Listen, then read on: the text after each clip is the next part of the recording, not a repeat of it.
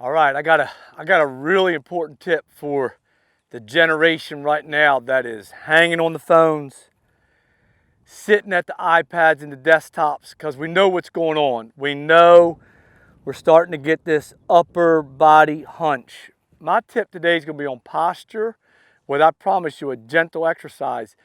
Just last month, I had a sports med doc, and he was watching me present and talk and do the sit-up routine, and he was loving it. I was covering our 5 fundamentals. All right, at the Classic Swing Golf School, we use an acronym, GAP BS, to denote the 5 fundamentals. G is grip, A is aim, P is posture, B is ball position, controlled by movement over your lead foot, and S is stance width. I'm going to highlight the letter P and the importance of a dollar band that you can get at Kmart, Walmart, or whatever your favorite inexpensive sporting goods store is. Take a look at this. He brought it right to my attention. So I was sitting there talking to like a classroom of 10 and then going through the routine.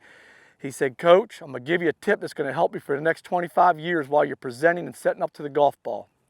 He said, "You need to get your rhomboids." I had no idea what a rhomboid was. He pointed down to the base of my shoulder blade, if you will.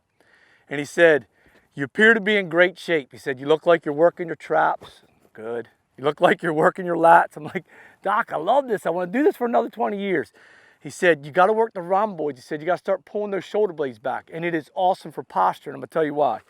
Watch what he had me do here in front of class. So with this little band, and I have these bands in the classroom, he had me take the band and put it in front of my chest. They come in different weights. He had me take the band and open the band up across my chest and then pinch my shoulder blades back.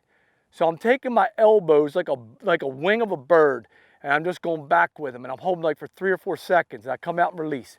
He said, "Ted, do that 5 times a day when you get the chance." And I'm telling you, for y'all that are sitting by the computers and sitting there with those iPads and those phones a lot, we need to help that upper part of the body. It's going to be good for your lifestyle, but it's going to be great for the posture and the golf swing. I'll show you in a minute. So one more time with this little band. So I take it, I open it up, let it rest on my chest, and then from the elbows, I go shoulder blades and pinch like I'm pinching a quarter right in between my shoulder blades, and I'll hold it 2, 3, 4, and immediately you can feel those rhomboids getting flared up. Now watch this for posture.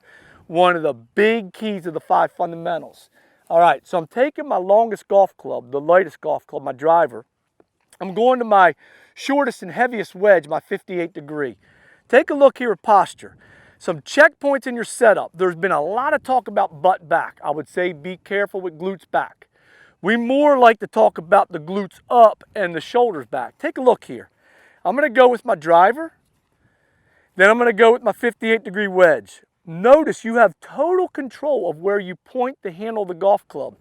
Try to get the handle with every golf club in between here pointing as close to the belt buckle as possible. Watch.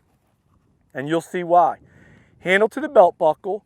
A disbursement from the hips as a hinge. Glutes go up and the shoulders and shoulder blades go back. It straightens out my spine. Notice the handle is approximately a fist to a thumb relationship from my body line as I hinge from my hips.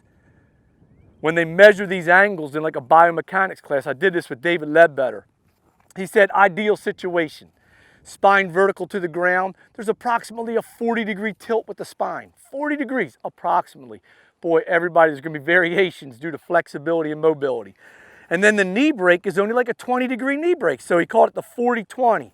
What I wanna highlight again is the importance of not just hinging from the hips and the glutes go up, but pay attention to your shoulders that they're back. And here's the reason why. When you take the axis, which is the spine for rotation, and we need to turn for power and longevity of the golf swing, when your axis is curved, you are not going to rotate athletically at all. But when you have control of the axis and you straighten out the axis by getting those shoulders back, you're going to make much more of a dynamic pivot back or turn back and a dynamic turn coming through. So, you know, a band or a rubber tube or something, but work on getting the upper body back in your posture. It will help out your pivot and your golf swing.